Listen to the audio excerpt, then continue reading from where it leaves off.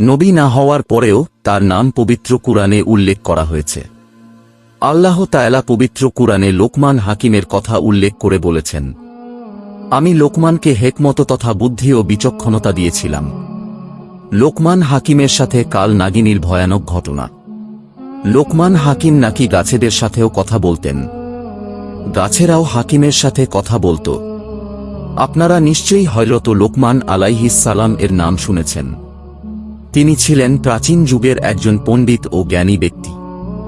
লোকমান হাকিমের এক বাদশা বন্ধু ছিল। বাদশার নেশা ছিল শিকার। 2-3 দিন পর পর বাদশা সৈন্য সামন্ত নিয়ে হরিণ শিকারে বের হতেন, যেতেন গহীন বনে। ভয় বলতে বাদশার ছিল না। বাদশা ছিলেন খুবই সাহসী। একদিন 3-4 জন সৈন্য সাথে নিয়ে শিকারে বের হলেন। কোথায় কোন বনে যাবেন তা আর ঠিক করতে পারছিলেন না। হঠাৎ বাদশার মাথায় এক বুদ্ধি চলে এলো।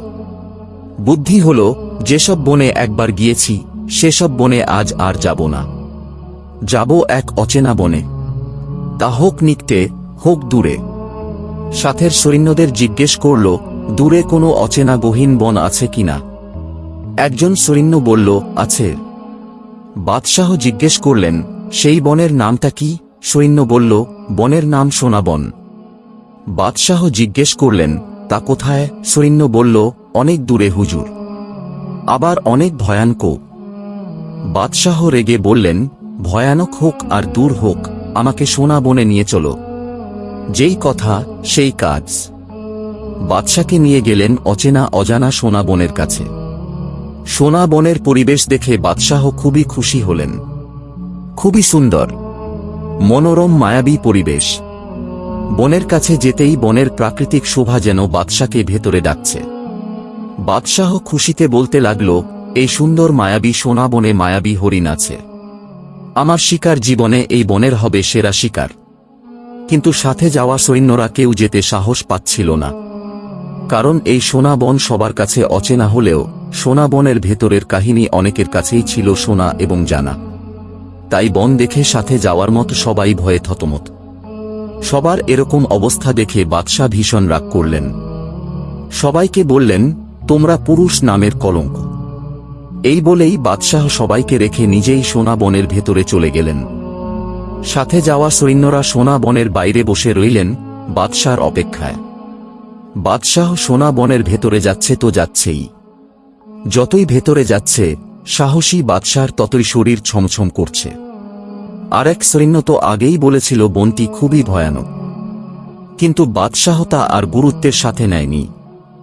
বাদশাহ তাঁর সাহসিকতার দাপটে এক পর্যায়ে বনের গহীনে চলে গেলেন। সাথে থাকা সৈন্যদল রয়ে পেলেন বাইরে। বাদশাহ এখন সোনা বনের গহীনে একা। সাহসী বাদশাহ তীরধনুক তাক করে এদিক সেদিক এগুচ্ছে, তাকাচ্ছে। বাদশার কানে মানুষের কান্নার আওয়াজ আসছে। অতি নিকটেই কে যেন কাঁদছে, সেও আবার মেয়ে গলায়। বাদশাহ ভয় পাচ্ছিল তো পাচ্ছিল না, এগুচ্ছে তো এগুচ্ছে না। এমনই চলছিল বাদশার অবস্থা। এভাবে একটু একটু করে সময় যাচ্ছে আর বাদশার কানে কান্নার আওয়াজ আরো বেশি আসছে। বাদশাহ এখন হরিণ খোঁজা বাদ দিয়ে কান্নার খোঁজে মন দিল। বাদশাহ জোরে বলতে লাগল, কে তুমি কাঁদছ? তুমি কে? তুমি আমার মতো মানুষ নাকি জিন ভূত? যদি মানুষই হয়ে থাকো তাহলে আমার সামনে আস, তোমার শত সমস্যা আমি সমাধা করে দিব। এসব বলার পরপরই আড়াল থেকে কে যেন বলল, হুজুর আমি আপনার মতো মানুষ, তবে মেয়ে মানুষ, কিন্তু আমি আপনার সামনে আসতে পারছি না। আমি যে বস্ত্রহীন হুজুর, আমাকে এক টুকরো বস্ত্র দিন, আমি আপনার দেওয়া বস্ত্র পরে আপনার সামনে আসি। বাদশার এবার একটু বাড়তি সাহস হল, মনের ভেতর থেকে কিছুটা ভয় দূরীভূত হল। এবার বাদশা বলল, তুমি কোথায়? আমি তো তোমাকে দেখছি না। না দেখার মাঝে আমি তোমাকে পরিধান করার বস্ত্র দেই কিভাবে?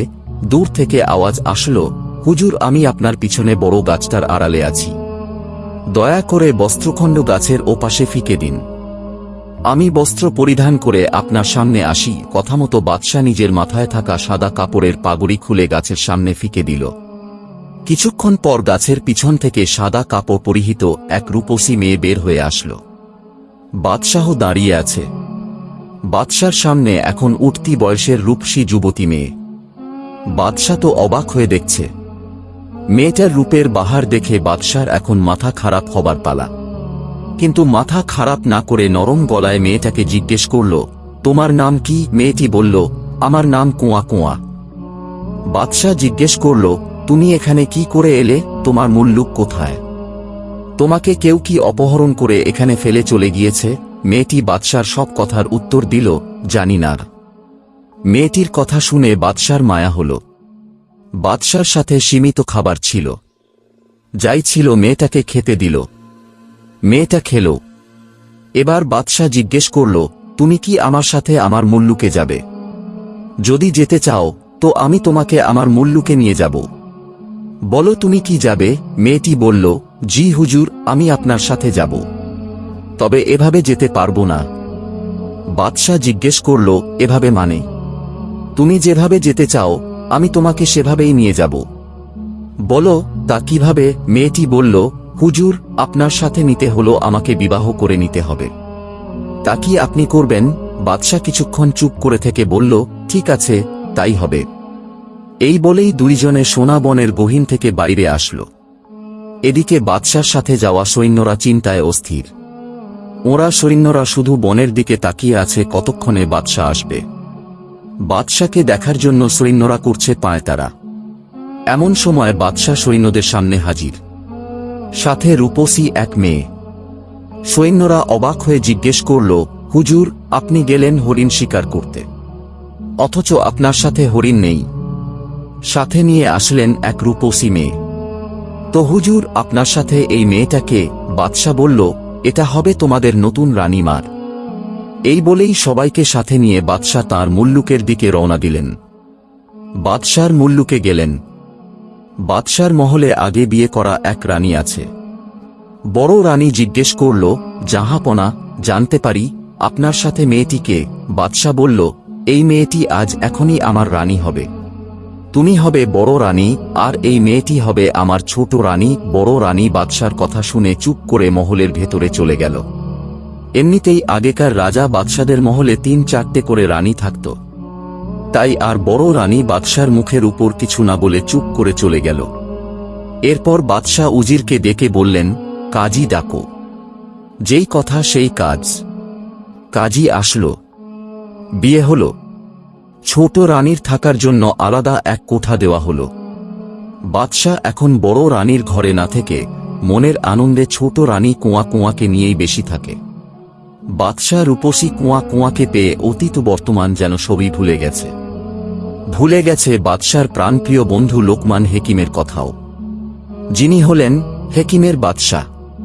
এর আগে বাদশাহ যখন যা কিছু করত প্রিয় বন্ধুর থেকে বুদ্ধি পরামর্শ নিয়েই করত। যে কোনো জটিল বিষয়ে বন্ধুকে স্মরণ করতে বন্ধু লোকমান হেকিম সেই জটিল বিষয়ের সমাধান করে দিত। অথচ বাদশাহ রূপসী কুয়া কুয়াকে বিয়ে করে ঘরে তোলার পর প্রিয় বন্ধুকে যেন মনের অজান্তেই ভুলে গিয়েছে। কুয়া কুয়াকে দেখার পর বিয়ে পর্যন্ত কোন কিছুই জানানো হয়নি প্রিয় বন্ধু লোকমান হেকিমকে। তবে বাদশার প্রিয় বন্ধু লোকমান হেকিম কিন্তু তাঁর মুল্লুকের বর্তমান হালচাল সবই নজরে রাখছে, স্মরণেও রাখছে। বাদশার মুল্লুকে কখন কি হচ্ছে সব বিষয়েই সজাগ দৃষ্টি রাখছে, আগে পরে খবরও রাখছে।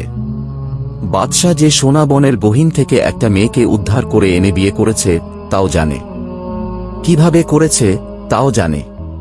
মেয়েটির জন্ম পরিচয়ও আগে থেকে লোকমান হেকিমের জানা আছে। কিন্তু বাদশাহ মেয়েটিকে বিয়ে করার পর লোকমান হেকিম নিজে থেকে কোনদিন মুল্লুকে প্রবেশ করেনি। এদিকে বাদশার মুল্লুকে একের পর এক অঘটন ঘটেই চলছে। অঘটন হল, প্রতি রাতে কোনো না কোনো গ্রামে জনসাধারণের গরু থাকে না, মহিষ থাকে না, ছাগল থাকে না। কুয়া কুয়াকে মুল্লুকে আনার পর থেকে চারদিকে কিসের যেন এক আলামত শুরু হয়ে গেছে।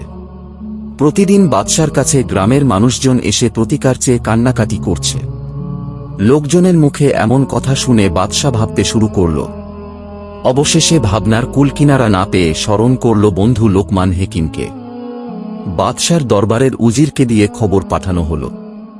বাদশার এমন মহাবিপদের কথা শুনে লোকমান হেকিম আর রাগ করে থাকতে পারলেন না। হেকিমের বাদশা ছুটে এলেন বন্ধু বাদশার মুল্লুকে। বাদশার সাথে দেখা করলেন। বাদশা বন্ধু লোকমান হেকিমকে বসতে দিলেন। লোকমান হেকিম বাদশার পাশে বসলেন। কদিন আগে সোনা বন হরিণ শিকারের ব্যাপারে বিস্তারিত খুলে বললেন। হরিণ শিকারে গিয়ে হরিণ না পেয়ে সাথে করে এক অসহায় মেয়েকে বন থেকে উদ্ধার করে মুল্লুকে এনেছেন তা জানালেন। বিয়ে করে ঘরে রেখেছেন তাও জানালেন। এরপর থেকে মুল্লুকে বর্তমান পর্যন্ত মুল্লুকের পরিস্থিতির বর্ণনা দিলেন। মুল্লুকের বর্তমান সংকটময় অবস্থার কথা জানিয়ে কিভাবে কি করা যায় বুদ্ধি চাইলেন। লোকমান হেকিম বাদশার মুখে সব বিবরণ শুনলেন। শুনে হাসলেন। বন্ধু লোকমান হেকিমের হাসি দেখে বাদশা হাসির রহস্য জানতে চাইলেন। লোকমান হেকিম বাদশার কথা শুনে চুপ করে থেকে বললেন, নতুন বিয়ে করা স্ত্রী কোথায়? আপনার নতুন স্ত্রীর হাতে কি এক গ্লাস পানিও পান করতে পারবো না? নতুন স্ত্রীকে বলুন আমার জন্য এক গ্লাস পানি আনতে। বন্ধুর কথা শুনে নতুন স্ত্রীকে এক গ্লাস পানি নিয়ে আসতে অন্দরমহলে লোক পাঠালেন। লোক মারফত নতুন স্ত্রীর কাছে খবর যাওয়ার পর নতুন রানী এক গ্লাস পানি নিয়ে বাদশার দরবারে এলেন। কুয়া কুয়া পানি নিয়ে দরবারে এসে লোকমান হেকিমকে দেখে রাগে গোসায় একাকার হয়ে গেলেন। নতুন রানী বললেন, আমি কোনো পরপুরুষের সামনে আসি না, কথা বলি না। আর যেই লোক আপনার বন্ধু, অন্তত এই লোকের সাথে কিছুতেই আমি কথা বলবো না। প্রিয় বন্ধুকে হঠাৎ ক্ষণিকের দেখায় এরকমভাবে বলল, আর কেনই বা বলল, বাদশা এর কিছুই বুঝতে পারলেন না। এরপরও নতুন স্ত্রীকে বন্ধু লোকমান হেকিমের সাথে পরিচয় করিয়ে দিতে চাইলে নতুন রানীর মুখ ঘুরিয়ে মহলের ভেতরে চলে যায়। নতুন রানীর এমন অবস্থা দেখে বাদশা অবাক হয়ে বন্ধু লোকমান হেকিমকেই জিজ্ঞেস করছে, এর ঘটনা কি? বাদশার এমন প্রশ্নে বন্ধু লোকমান হেকিম শুধু হাসতে লাগল। বন্ধু লোকমান হেকিমের হাসি দেখে বাদশা রেগেমেগে বলল, হাসি বাদ দিয়ে বলুন ঘটনা কি? এবার লোকমান হেকিম বলল, বন্ধু ঘটনা তো অনেক কিছু, তা বলে কি আর শেষ করা যাবে? যাবে না বন্ধু, তবুও অন্তত কিছু তো বলতেই হয়। তাহলে শুনো, মেয়েটিকে মহলে এনে তুমি মারাত্মক ভুল করেছ বন্ধু। যেই ভুল তুমি করেছ তার খেসারত তোমার মুল্লুকের সবাইকে দিতে হবে। এর কারণ হল এই মেয়েটি বন্ধু মানুষ নয়, মেয়েটি একটা রাক্ষস। এই রাক্ষসী মেয়েটি তোমাকে ঘুমে রেখে রাতের অন্ধকারে তোমার মহল থেকে বের হয়ে গ্রামের জনসাধারণের গরু, ছাগল, মহিষসহ যা পায় তাই খেয়ে ফেলে। বন্ধু লোকমান হেকিমের মুখে এসব শুনে বাদশার এখন জীবন যায় যায় অবস্থা। এসব বিষয়ে আশয় শুনে বাদশা ভয়ে কাঁপতে লাগল।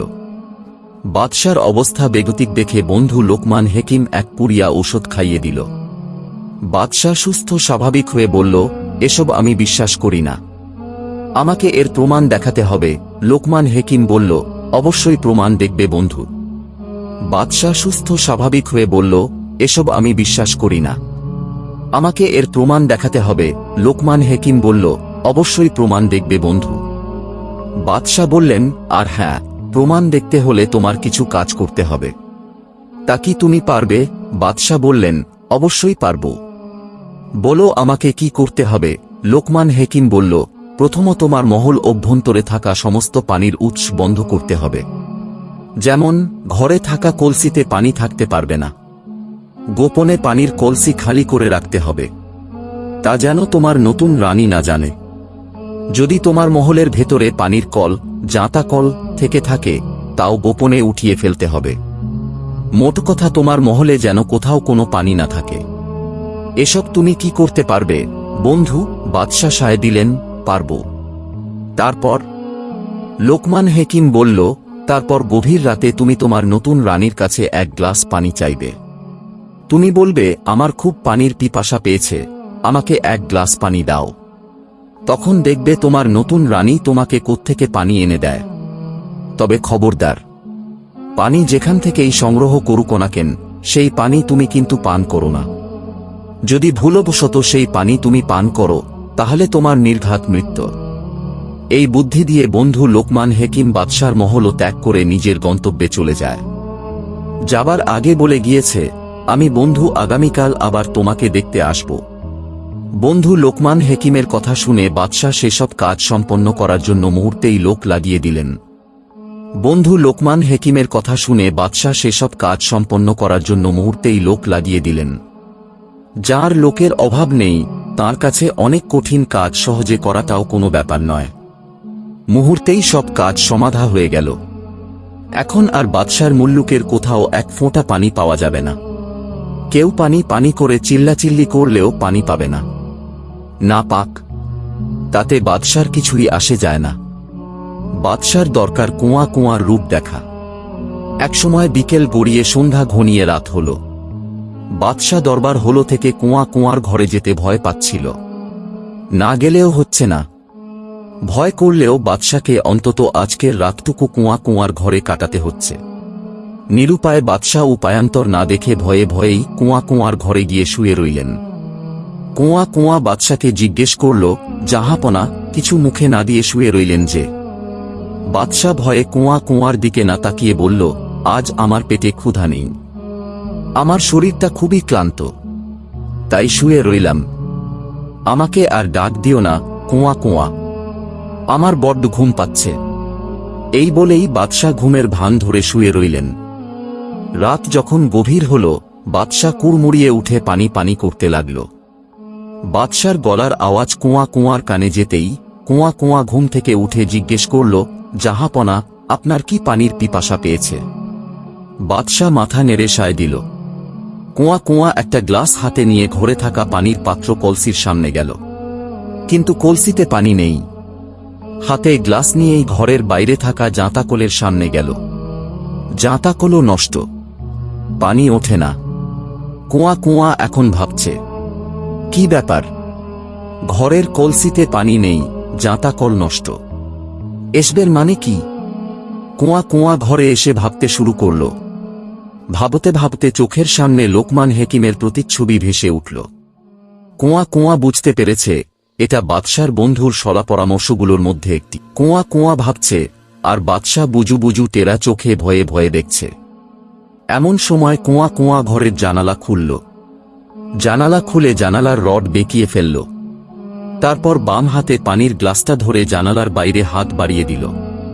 সেই দৃশ্য বাদশাহ টেরা চোখে চেয়ে চেয়ে দেখছিল। বাদশাহ দেখতে পেল গ্লাসসহ হাত শুধু লম্বাই হচ্ছে। এতে পানির গ্লাসসহ হাত যে কোথায় যাচ্ছে তা বাদশার ছিল অজানা। এরপর বাদশাহ জ্ঞানহারা হয়ে বিছানায় ঢলে পড়ে রইল। কুয়া কুয়া মুহূর্তেই গ্লাস ভর্তি পানি নিয়ে এলো। পানির গ্লাসটা বাদশার সামনে ধরে বলছে, জাহাপনা, পানি নিন, পান করুন। কিন্তু বাদশার আর হুঁশ নেই, জ্ঞান নেই। বাদশার এই অবস্থা দেখে কুয়া কুয়া বুঝতে পেরেছে বাদশাহ ভয়ে জ্ঞান হারিয়েছে। কুয়া কুয়া মনের ক্ষোভে পানি ভর্তি গ্লাসটা ঘরে মেঝেতে ফেলে দিয়ে শুইয়ে রইল। সকাল হতে না হতে বাদশাহ কুয়া কুয়াকে ঘুমে রেখেই একটা ঘোড়া নিয়ে বন্ধু লোকমান হেকিমের বাড়িতে রওনা দিল। লোকমান হেকিম তখনও ঘুমের ঘোরে। বাদশাহ বন্ধু লোকমান হেকিমের ঘরের দরজায় টোকা দিতেই লোকমান হেকিম ঘরের দরজা খুলে বাইর হল। ঘর থেকে বের হয়ে লোকমান হেকিম দেখল বন্ধু বাদশাকে। বাদশাহ কাঁদা কাঁদা স্বরে বলল, বন্ধু, আমাকে বাঁচাও, এই রাক্ষসীর হাত থেকে আমার মুল্লুক বাঁচাও। হেকিম বললেন, কেঁদো না বন্ধু, তুমি শান্ত হও, সব ঠিক হয়ে যাবে ইনশাল্লাহ। এই বলেই লোকমান হেকিম তাড়াতাড়ি করে বাদশাকে নিজের ঘরে নিয়ে গেলেন। বসতে দিলেন। জিজ্ঞেস করলেন, ঘটনা কি বন্ধু? কিছু টের পেলে? তোমার নববধূ কোত্থেকে পানি এনেছিল? এবার বুঝতে পেরেছ তো? বাদশার মুখে কোনো কথা নেই। অনেকক্ষণ চুপ করে বসে রইলেন। লোকমান হেকিম এবার জিজ্ঞেস করল, বন্ধু, তোমার কুয়া কুয়া কি রাতে কিছু পানি এনেছিল? যদি পানি এনে থাকে তো কিভাবে এনেছি? লোকমান হেকিমের প্রশ্নের জবাবে বাদশাহ গতরাতে ঘটে যাওয়া ঘটনা বলতে গিয়ে বললেন, বন্ধু, আমি তোমার কথামতো ঘুমের ভান করে অনেক রাত পর্যন্ত শুয়ে রইলাম। এরপর একসময় আমি এক গ্লাস পানি দেবার জন্য কুয়া কুয়াকে বললাম। কুয়া কুয়া ঘরের বাইরে কোথাও পানি না পেয়ে ঘরের জানালার রড বাঁকা করে গ্লাসসহ হাত বাড়িয়ে দিলেন। আমি দেখলাম কুয়া কুয়ার হাত শুধু লম্বা হয়ে কোথায় যেন হারিয়ে যাচ্ছিল। এই অবস্থা দেখেই আমি জ্ঞানহারা হয়ে বিছানায় পড়ে রইলাম। এর পরের ঘটনা কি ঘটেছে তা আর আমি জানি না বন্ধু। লোকমান হেকিম বললেন, এখন প্রমাণ পেলে তো? তুমি বন্ধু ভুল করে যেই রাক্ষসী তোমার মুল্লুকে এনেছ এর খেসারত তুমি তো দিবেই, সাথে তোমার মুল্লুকের জনসাধারণকে দিতে হবে। লোকমান হেকিমের কথায় রাগ না করে বাদশাহ বললেন, এখন উপায়? লোকমান হেকিম বলল, অবশ্যই এর উপায় আছে বন্ধু, তবে আরও কিছু কাজ করতে হবে। জবাবে বাদশাহ বললেন, এই রাক্ষসীকে তাড়াতে যা করা দরকার তাই করব, আর যা কিছু লাগে তাই দিব। তবু আমার মুল্লুক থেকে এই রাক্ষসীকে তাড়াও বন্ধু। লোকমান হেকিম বললেন, ঠিক আছে বন্ধু, তাই হবে। এখন তুমি তোমার মহলে চলে যাও। মহলে যাবার কথা শুনেই বাদশাহ ভয়ে কেঁপে কেঁপে বলল, না বন্ধু, এই রাক্ষসী থাকতে আমি আমার মহলে যাব না। তুমি তাড়াতাড়ি ওকে তাড়ানোর ব্যবস্থা করো। লোকমান হেকিম বললেন, তাড়াতে তো অন্তত কয়েকদিন সময় লেগে যেতে পারে বন্ধু, আর এই সময়ের মধ্যে একটা বড় বেতের নৌকা তৈরি করতে হবে। বেতের নৌকাটি হবে দোতলা। সেই নৌকায় চড়ে আমাদের যেতে হবে কুলসুম দরিয়ায়, নীল দরিয়া, যেই সাগরের পানির উপরে কিছুই ভেসে থাকে না। লোহা দিয়ে তৈরি করা জাহাজও ভেসে থাকে না, এমনকি কাঠের জাহাজ অথবা নৌকাও ভাসে না।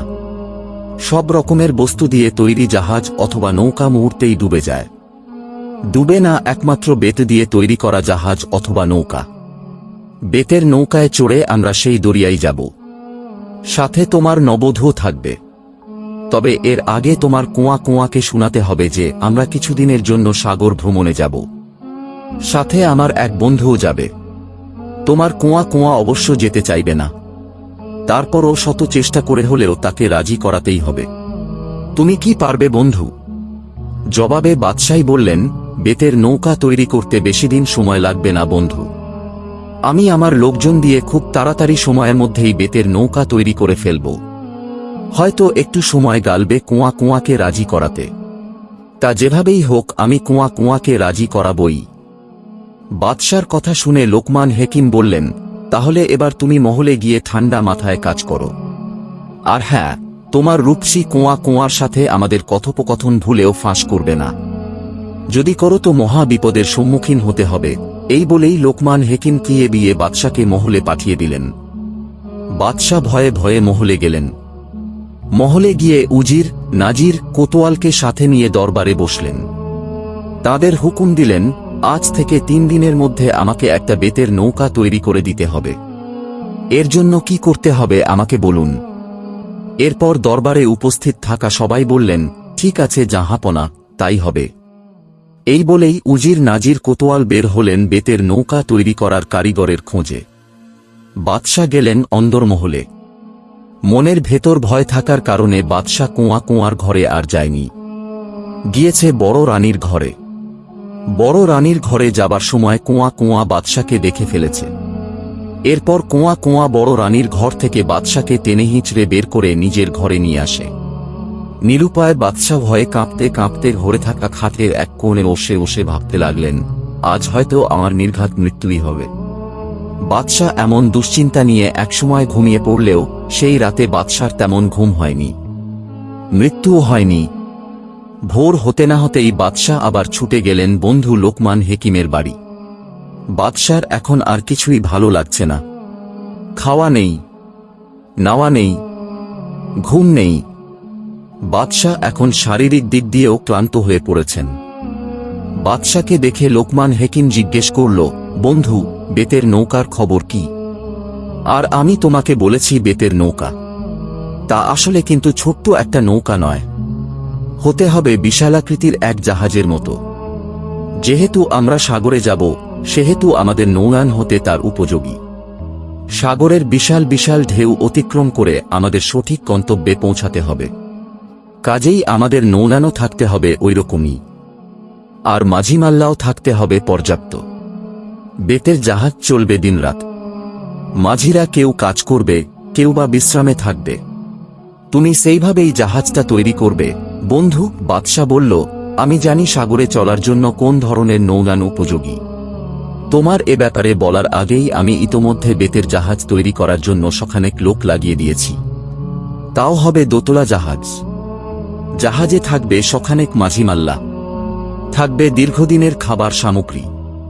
আমার উজির সাহেব বললেন, খুব শীঘ্রই জাহাজ তৈরির কাজ শেষ হয়ে যাবে। লোকমান হেকিম বলল, ঠিক আছে বন্ধু, তাই যেন হয়।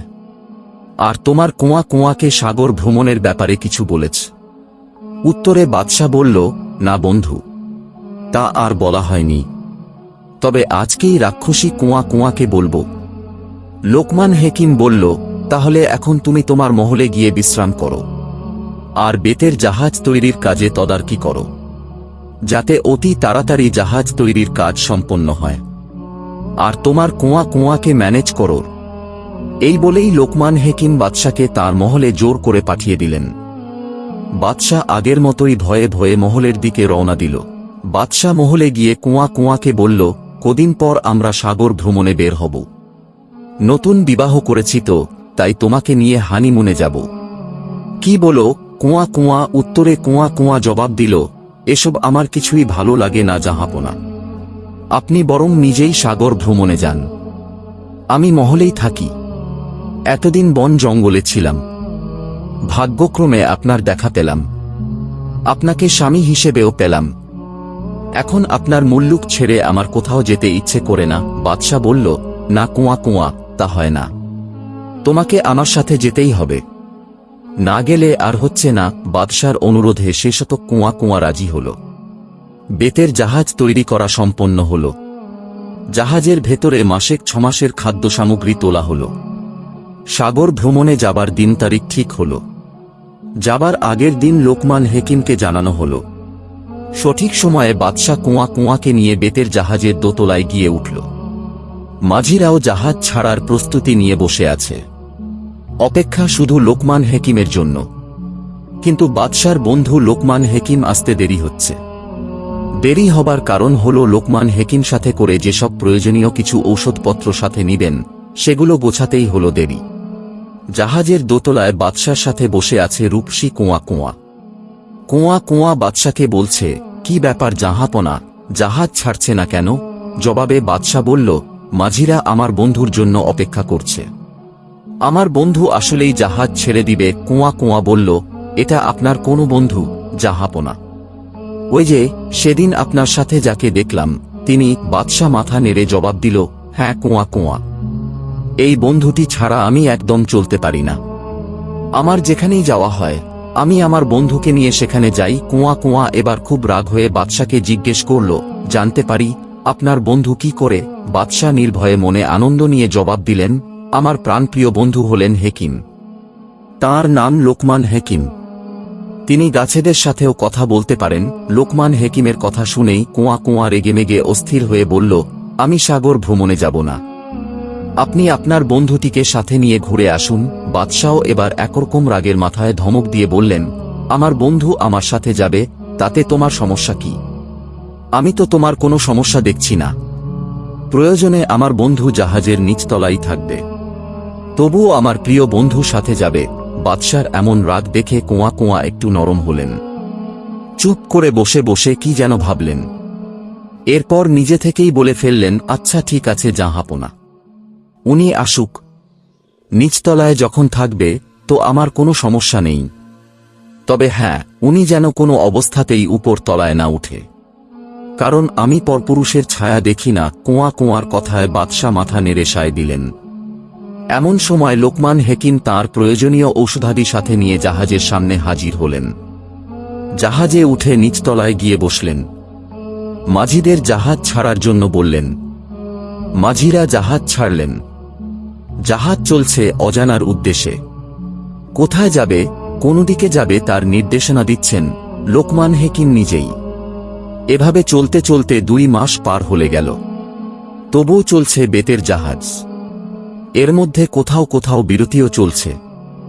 বিরতির সময় জায়গায় জায়গায় নেমে সবাই এদিক সেদিক ঘোরাফেরাও করছে। আবার চলছে জাহাজ অজানা গন্তব্যের উদ্দেশ্যে। একসময় কুয়া কুয়া বিরক্ত হয়ে বাদশাকে জিজ্ঞেস করল, জাহাপনা, আপনার ভ্রমণের গন্তব্যস্থান কোন সাগর পারে? যেখানে যাবেন সেখানকার নামটা জানতে পারি? কুয়া কুয়ার কথা শুনে বাদশা রীতিমতো বনে গেল। কুয়া কুয়ার কথার জবাব না দিয়ে অন্য প্রসঙ্গ তুলতেই নিচ থেকে লোকমান হেকিম বলল, বন্ধু তোমার স্ত্রীকে বলো আমরা ঠিক কুলসুম দরিয়ার কাছাকাছি যাব। লোকমান হেকিমের কথা শুনে কুয়া কুয়া হাসতে লাগল। কুয়া কুয়ার হাসির শব্দ লোকমান হেকিমের কানে এলে লোকমান হেকিম নিচ থেকে জানতে চাইলেন, হাসির রহস্য কি? লোকমান হেকিমের জিজ্ঞাসার জবাবে কোয়া কোয়া বলল, কুলসুম দরিয়া আমার খুবই পছন্দের। কোয়া কোয়ার মুখে এই কথা শুনে বাদশা ভয়ে থরথর। তারপরও তেমন ভয় পাচ্ছে না, কারণ বন্ধু লোকমান হেকিম সাথে আছে বলে। কুলসুম দরিয়া কোয়া কোয়ার কাছে খুবই পছন্দের। এমন কথা শোনার পর লোকমান হেকিম বললেন, বাহ, বেশ তো, তাহলে তো অচেনা অজানা জায়গা নিয়ে আমাদের আর কোনো চিন্তাই নেই। এমনিতেই কুলসুম দরিয়ার পানিতে আঁশ নেই, যাকে বলে দোআঁশ পানি। শুনেছি এই দরিয়ার পানিতে কোন কিছু ভেসে থাকে না। এও শুনেছি যে এই দরিয়ার নাকি কোনো তলাও নেই, শুধু পানি আর পানি। তা কি ঠিক, ভাবি সাহেবা? আমি কি তা ভুল শুনেছি? লোকমান হেকিমের কথার জবাবে কোয়া কোয়া বললেন, যত সব আহাম্মকের মতো কথাবার্তা। দরিয়ার যদি তলাই না থাকে তো এত পানি আছে কিসের উপর? অবশ্যই পানিগুলো একটা পাত্রের উপরেই আছে। শুধু কুলসুম দরিয়া কেন, দুনিয়ায় সব নদী নালা, সাগর মহাসাগরেরও তলা আছে। এবার লোকমান হেকিম হেসে বললেন, আমার বিশ্বাস হয় না যে কুলসুম দরিয়ার তলা আছে। আর যদি থেকেই থাকে তো আপনাকে অবশ্যই প্রমাণ করতে হবে। কুলসুম দরিয়ার তলা আছে তা কি আপনি প্রমাণ করতে পারবেন, ভাবি সাহেবা? কোয়া কোয়ার আগে গোসায় বলল, অবশ্যই প্রমাণ দেখাতে পারব। লোকমান হেকিম বললেন, তা কিভাবে আপনি প্রমাণ দেখাবেন যে কুলসুম দরিয়ার তলা আছে? কোয়া কোয়া বলল, কুলসুম দরিয়ার মাঝখানে যাওয়ার পর আমি একটা সাপ হয়ে পানির নিচে যাব। আমার লেজটা থাকবে আপনার হাতে। আমি কুলসুম দরিয়ার তলদেশে গিয়ে লেজ নাড়াচাড়া করলেই বুঝতে হবে আমি কুলসুম দরিয়ার তলদেশে পৌঁছেছি। আর না হয় কুলসুম দরিয়ার তলদেশ থেকে আমি আমার মুখে করে মাটি নিয়ে আসব। তাহলেই তো প্রমাণ হয়ে গেল যে কুলসুম দরিয়ার তলা আছে। এখন আপনি কোনটাতে রাজি? লোকমান হেকিম বললেন, আপনাকে কষ্ট করে এত নিচ থেকে মাটি কামড়ে আনতে হবে না, ভাবি সাহেবা। আপনার লেজটা যদি আমার হাতেই থাকে, নিচে গিয়ে একটু নাড়াচাড়া করলেই প্রমাণ হয়ে যাবে কুলসুম দরিয়ার তলা আছে। কোয়া কোয়া তাতেই রাজি হয়ে বলল, ঠিক আছে হেকিম সাহেব, তাই হবে। কোয়া কোয়ার মুখে এমন কথা শোনার পরই বাদশা জ্ঞানহারা হয়ে গেলেন।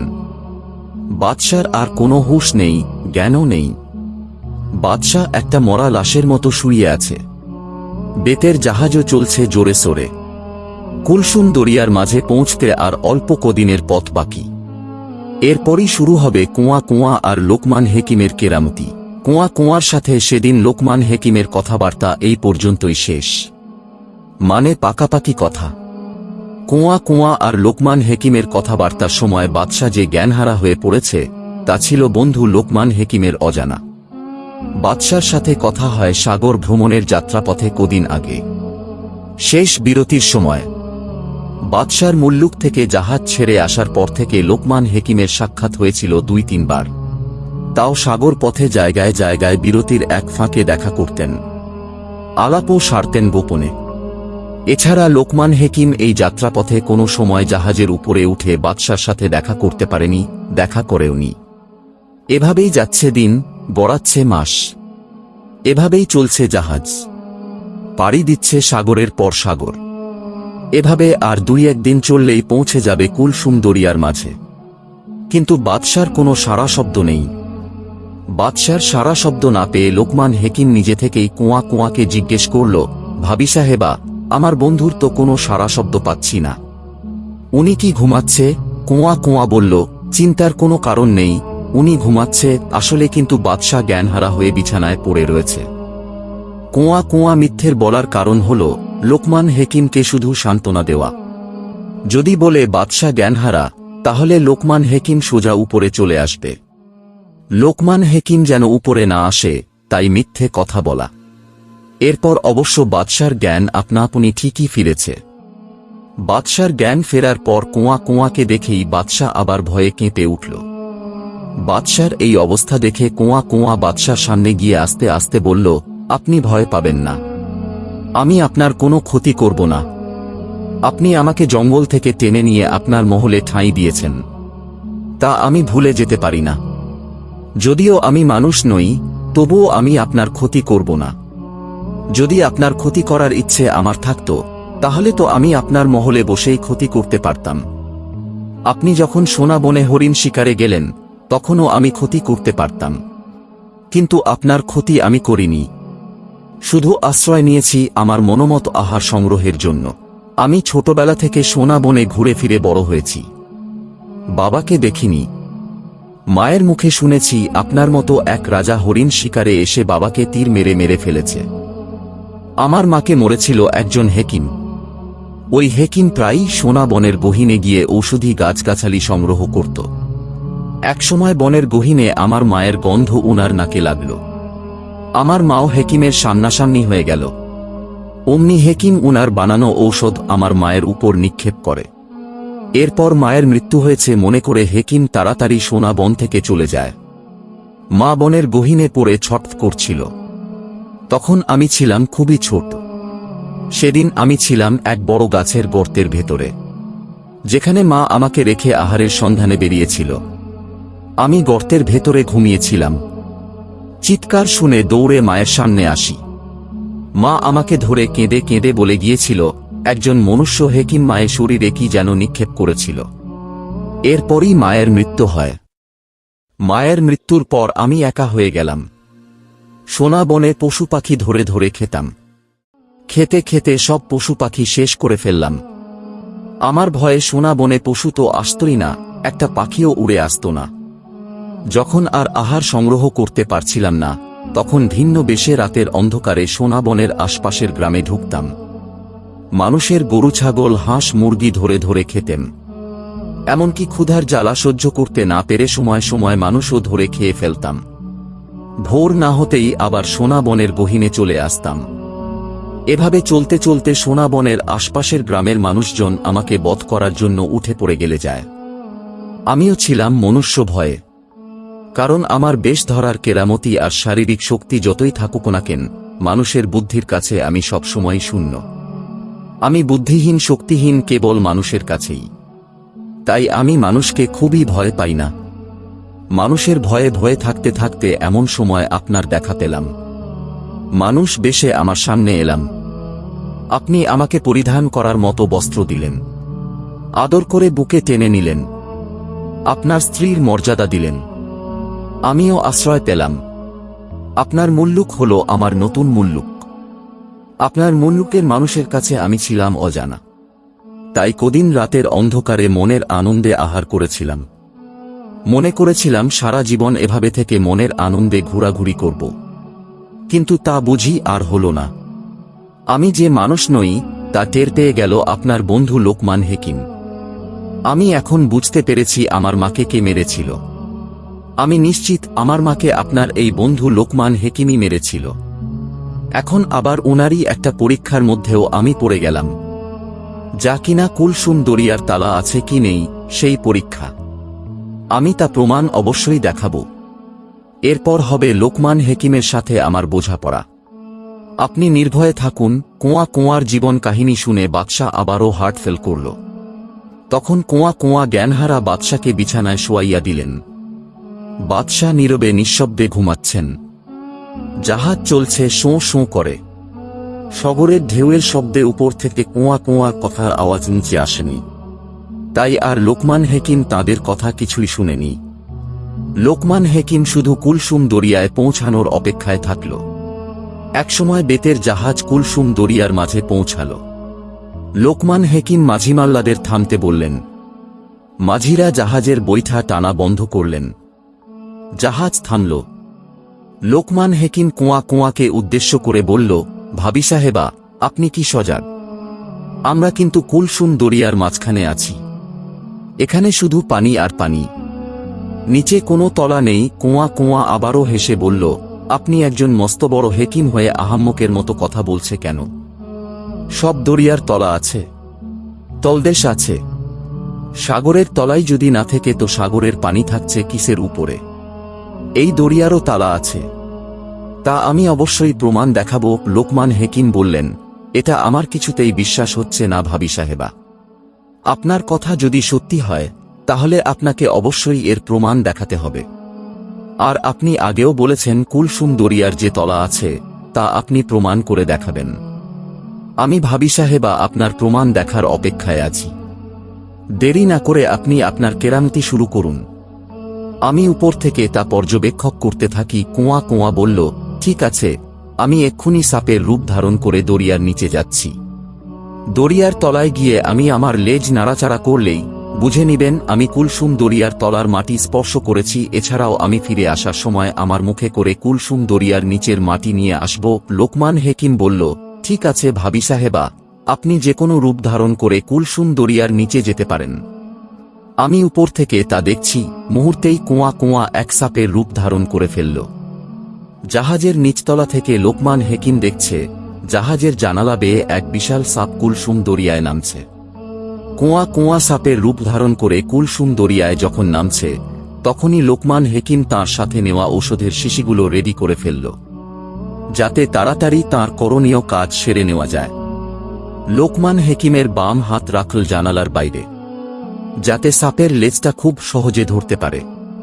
লোকমান হেকিম ভয়কে উপেক্ষা করে সময়মতো সাপের লেজটা ধরে ফেলল। অল্প কিছুক্ষণের মধ্যেই সাপের লেজ নাড়াচাড়া করতে শুরু করল। এমন সময় লোকমান হেকিম সাথে নেওয়া এক শিশি ঔষধ সাপের লেজের মাঝামাঝি পানিতে ঢেলে দিল। সাথে সাথে অনেকখানি জায়গা নিয়ে সাপের লেজের চারিদিকের পানি পাথরের মতো হয়ে গেল। পরপর আরও কয়েকটা শিশি ঢেলে দিল। মুহূর্তেই বিশাল জায়গা জুড়ে পাথর হয়ে গেল। সেই সাথে রাক্ষসী কুয়া কুয়াও সেই পাথরের নিচেই আটকা পড়ে গেল। এরপর লোকমান হেকিম আর সময়ের অপচয় করলেন না। তিনি বাদশার মুলুক থেকে জাহাজে ওঠার সময় সাথে একটা ব্যাগ নিয়েছিল। সেই ব্যাগের ভেতরে কি ছিল তা আর কেউ জানত না। সে সময় বাদশা তো কুয়া কুয়ার সাথে জাহাজের উপরেই বসা ছিল, আর অপেক্ষায় ছিল লোকমান হেকিমের। লোকমান হেকিম সাথে কি এনেছিল সেই দিকে বাদশা আর নজর রাখেনি। সেই ব্যাগে করে লোকমান হেকিম নিয়েছিল পিতলের দুটি হাত। সেই হাত দুটি নিয়ে তাড়াতাড়ি পাথর হয়ে যাওয়া জায়গায় নামলেন। এরপর লোকমান হেকিমের নিজস্ব কারিগরিতে সেখানে সুন্দরভাবে হাত দুটি স্থাপন করলেন। এরকম পরিকল্পনা মাথায় নিয়েই লোকমান হেকিম তাঁর বন্ধু বাদশাকে সাগর ভ্রমণের পরামর্শ দিয়েছিলেন। তাই তিনি সাথে করে নিজেও প্রয়োজনীয় জিনিসপত্র নিয়েছিলেন। সেখানে লোকমান হেকিমের পিতলের হাত দুটি স্থাপনের উদ্দেশ্য হল এই কুয়া কুয়া রাক্ষসী কোনো এক সময় মোড়ামুড়ি দিয়ে পাথর ভেঙে উপরে উঠে যেতে পারে।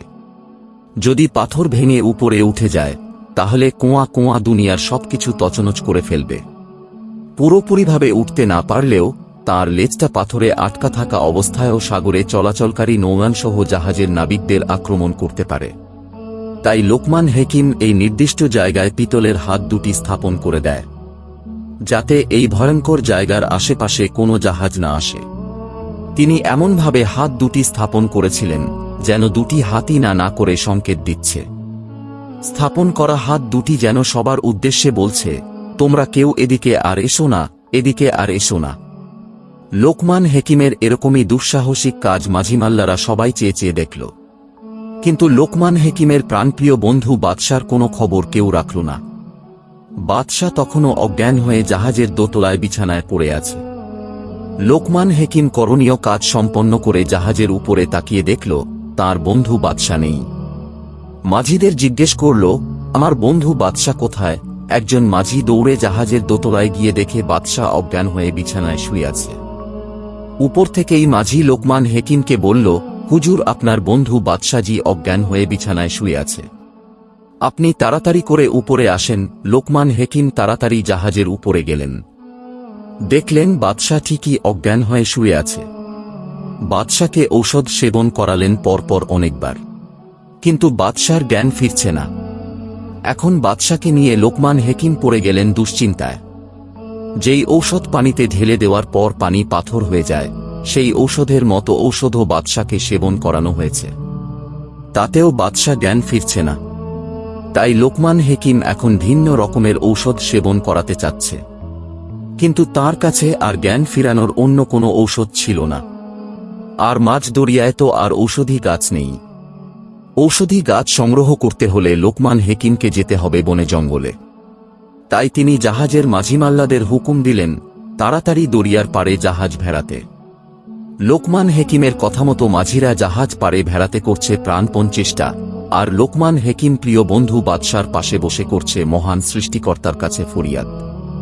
লোকমান হেকিমের ফরিয়াদ হল, হে আল্লাহ, তুমি দয়ার সাগর, তুমি জীবের হায়াতের মালিক, তুমি দয়াল আমার কোল থেকে আমার প্রাণপ্রিয় বন্ধুকে কেড়ে নিও না। তুমি আমাকে যে কবিরাজি ক্ষমতা দিয়েছ সেই ক্ষমতার কলঙ্ক করো না। যদি আমার কোলে আমার বন্ধুর মৃত্যু হয় তাহলে আমি যে হেকিমের বাদশা লোকমান হেকিম এই নামের আর ইজ্জত থাকবে না। দয়াল তুমি রহম করো, ইজ্জত রক্ষা করো। কিন্তু না, সেদিন লোকমান হেকিমের কোনো ফরিয়াদ মহান সৃষ্টিকর্তা শুনেনি। কারণ সেদিনই ছিল বাদশার শেষ দিন, শেষ সময়। হায়াতের খাতায় বাদশার জন্য আর বিন্দুমাত্র সময় অবশিষ্ট ছিল না। মানে বাদশার হায়াত বা আয়ু শেষ। জীবের আয়ু শেষ তো জীবের মৃত্যু। তা সে হোক বাদশা, হোক সম্রাট, হোক সে রাস্তার ফকির, আয়ু শেষ তো জীবন শেষ। তাই লোকমান হেকিমের কোলেই বাদশা শেষ নিঃশ্বাস ত্যাগ করে। কিন্তু লোকমান হেকিম তা আর মেনে নিতে পারছিলেন না। মহান সৃষ্টিকর্তার উপর রাগে গোসায় একাকার। লোকমান হেকিম বলতে লাগল, হে আল্লাহ, তুমি আমার বন্ধুকে আমার কোলেই মৃত্যু দিলে, তাহলে তুমিও শুনে রাখ, হে আল্লাহ, আমি লোকমান হেকিম এমন ঔষধ বানাবো, সেই ঔষধ কেউ সেবন করলে তার আর মৃত্যু হবে না। এমনকি সেই ঔষধ মৃত মানুষের মুখে দিলে মৃত ব্যক্তিও জিন্দা হয়ে যাবে। এর জন্য শুধু আমাকে একটু সময় তুমি দাও, যাতে আমি আমার শেষ ইচ্ছাটা পূরণ করতে পারি। মহান সৃষ্টিকর্তা আল্লাহ পাক তাঁর আরশে বসে হেসে বলে, না লোকমান হেকিম, তা তুমি কখনোই পারবে না। সেই সুযোগও আমি তোমাকে দিব না। এর আগেই সৃষ্টির নিয়ম অনুযায়ী তোমারও মৃত্যু হবে। কারণ সেই পর্যন্ত পৌঁছানোর আগেই তোমার হায়াত শেষ হয়ে যাচ্ছে, যা আমি আল্লাহ তোমার আয়ুর হিসাবের খাতায় দেখতে পাচ্ছি। তোমার সময় শেষ হতে আর মাত্র 1 ঘন্টা বাকি। এর মধ্যেই তুমি যা খুশি করতে পারবে। এই সময়ের মধ্যেই মাঝিমাল্লাদের আপ্রাণ চেষ্টায় জাহাজ দরিয়ার পাড়ে ভিড়ল। লোকমান হেকিম তাঁর প্রাণের বন্ধুকে জাহাজ থেকে নামালেন। সাগর পাড়ে জঙ্গলের ভেতরে বাদশাকে কবর দিলেন। এরপর জাহাজের মাঝিদের বললেন, তোমরা তোমাদের মুল্লুকে ফিরে যাও। এখানে আমার কিছু করণীয় কাজ আছে। আমি আমার কাজ সমাধা করেই আস্তে ধীরে মুল্লুকে ফিরব, যদি হায়াত থাকে। জাহাজের মাঝিমাল্লা লোকমান হেকিমের কথামতো চলে গেলেন। লোকমান হেকিম দৌড় দিলেন জঙ্গলের দিকে। তাঁর চিকিৎসা শাস্ত্র মতে অমরত্ব ঔষধ তৈরি করতে 1-7-8 প্রকারের গাছগাছালির প্রয়োজন। লোকমান হেকিম জঙ্গলে ঢুকে সেসব গাছ সংগ্রহের কাজে লেগে গেলেন। এক এক করে ঔষধি গাছ সংগ্রহ করতে করতে প্রায় 50 প্রকারের গাছ সংগ্রহ করে ফেলে। আর বাকি থাকে 58টি গাছ। এদিকে লোকমান হেকিমের আয়ুর অবশিষ্ট সময়ও দ্রুত ফুরিয়ে যাচ্ছে। তা তো আর লোকমান হেকিম জানতেন না। তা জানতেন যমদূত নামে খ্যাত আজরাইল আলাইহিস সালাম। একদিকে লোকমান হেকিম জঙ্গলে ঘুরে ঘুরে ঔষধি গাছ খুঁজছে, আরেকদিকে আজরাইল আলাইহিস সালাম লোকমান হেকিমকে খুঁজছে। কারণ আজরাইল আলাইহিস সালামের কাছে থাকা মৃত্যু তালিকায় লোকমান হেকিমের নাম লেখা রয়েছে। এমন সময় লোকমান হেকিমও তাঁর আধ্যাত্মিক জ্ঞান দ্বারা টের পেয়ে গেলেন যে আজকেই তাঁর শেষ সময়। তিনি লোকমান হেকিম বুঝতে পেরেছেন পিছনে পিছনে কে যেন তাড়া করছে। তখন তিনি শুধু তিনিতে নেই, তিনি হয়ে গেলেন 50 জন লোকমান হেকিম।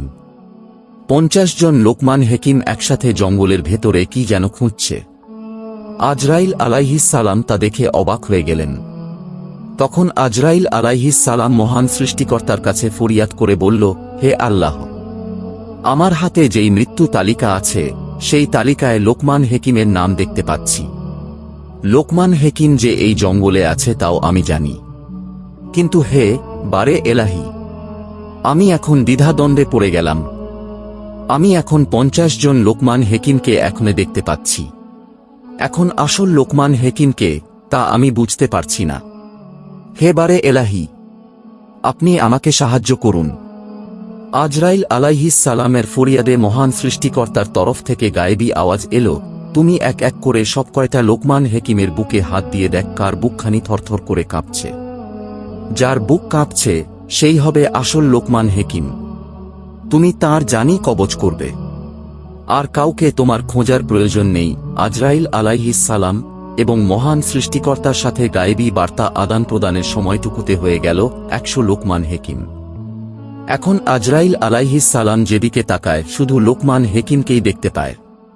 তারপরও আজরাইল আলাইহিস সালামের চলছে এক একজনের বুকে হাত দিয়ে চেক করা। এদিকে লোকমান হেকিমের মৃত্যুর সময় আছে আর মাত্র মিনিট 5 বাকি। আজরাইল আলাইহিস সালামও খুব দ্রুত চেক করে যাচ্ছে। শেষতক একজনের বুকে হাত দিতেই তার বুকটা থরথর করে কেঁপে উঠল। আজরাইল আলাইহিস সালাম ও সাথে সাথে তাকে খপ করে ধরে ফেলল। যখন আজরাইল আলাইহিস সালামের হাতে ধরা পড়ল লোকমান হেকিম, তখন লোকমান হেকিম আজরাইল আলাইহিস সালামের কাছে একটু সময় চেয়ে বলল, আজরাইল আলাইহিস সালাম, তুমি আমাকে আর 9টি গাছ সংগ্রহ করার সুযোগ দাও। আমি 108 প্রকারের গাছের মধ্যে 99 প্রকার গাছ সংগ্রহ করে ফেলেছি। আর 9টি গাছ আমি সংগ্রহ করতে পারলে এই দুনিয়ায় মানুষের জন্য অমরত্ব ঔষধ বানিয়ে যেতে পারব। সেই ঔষধ সেবন করলে কেউ আর এই পৃথিবীতে মৃত্যুবরণ করবে না, কারোর মৃত্যুও হবে না। এমনকি কোনো মৃত ব্যক্তিকে সেই ঔষধ সেবন করিয়ে দিলে সেই মৃত ব্যক্তিও জিন্দা হয়ে যাবে। তাহলে তোমাকেও জীবের মৃত্যু তালিকা নিয়ে আর দুনিয়াতে দৌড়াদৌড়ি করতে হবে না। তুমি আমাকে এই সময়টুকু দাও। লোকমান হেকিমের কথা শুনে আজরাইল আলাইহিস সালাম হেসে বলল, আমি আজরাইল মহান সৃষ্টিকর্তার গোলাম। তাঁর হুকুমের হেরফের আমি করতে পারি না। আমার হাতে এই বিশ্ব ব্রহ্মাণ্ডের সকল জীবের মৃত্যু তালিকা থাকে। কার কখন মৃত্যু হবে, কার জান কবজ করতে হবে, আমি তা নিয়েই ব্যস্ত থাকি। তোমার মৃত্যুর সময়ও হয়ে গেছে, মৃত্যু তালিকায় তোমার নাম উঠে গেছে, কাজেই আমি এখনই তোমার জান কবজ করব। আজরাইল এর কথা শুনে লোকমান হেকিম বলতে লাগল, আমি যদি জানতাম তুমি আমাকে ধরে ফেলবে, তাহলে আমি আগে থেকে গাছের ভেতরে লুকিয়ে থাকতাম। আজরাইল আলাইহিস সালাম হেসে বলল, তোমার সময় যখন শেষ হয়ে গেছে, তখন তুমি যদি সাগরের তলদেশে গিয়ে কোনো এক পাথরের ভেতরেও লুকিয়ে থাকতে, সেখান থেকেও আমি তোমাকে খুঁজে বের করে তোমার জান কবজ করতাম। এই বলেই আজরাইল আলাইহিস সালাম লোকমান হেকিমের দেহ থেকে প্রাণ কেড়ে নিয়ে উধাও হয়ে গেল। লোকমান হেকিমের দেহ পড়ে রইল জঙ্গলের ভেতরে। এভাবেই এখানেই ক্যাম্বাচারদের বলা লোকমান হেকিমের কেরামতির গল্প শেষ হয়ে গেল। কিন্তু বলা হয়নি লোকমান হেকিমের কর্ম কোথায় এবং কিভাবে দেওয়া হয়েছিল। লেখকের নিজস্ব মতামত। গল্পের শুরুতেই বলা হয়েছিল, এই গল্পের সাথে আমি কোথাও কোনো মিল খুঁজে পাইনি। সত্য আর মিথ্যা তা বিবেচনায় নিবে আমার পাঠক ও সহলেখকবৃন্দ। তারপরও এখানে একটি কথা উল্লেখ না করলে গল্পের পুরো কাহিনী বিফল হয়ে যাচ্ছে। তাই কিছু শোনা কথা এখানে উল্লেখ করা প্রয়োজন বলে মনে করছি।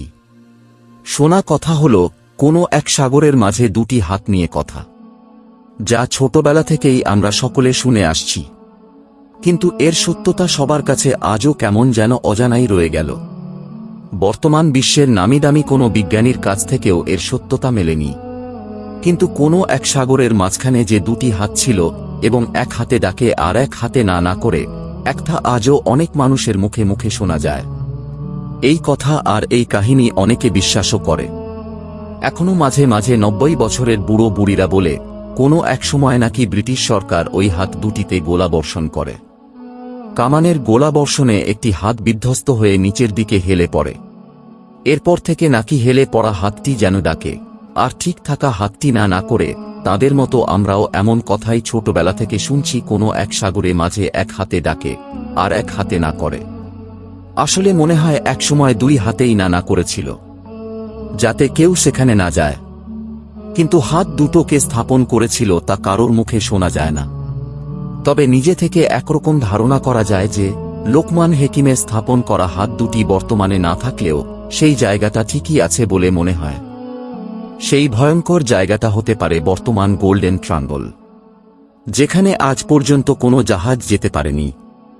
আর যদিও ভুলবশত গিয়েছে তো বিপদ হয়েছেই। এমনও হয়েছে কেউ আর ফিরে আসতে পারেনি। তাহলে এতে কি বোঝা যাচ্ছে?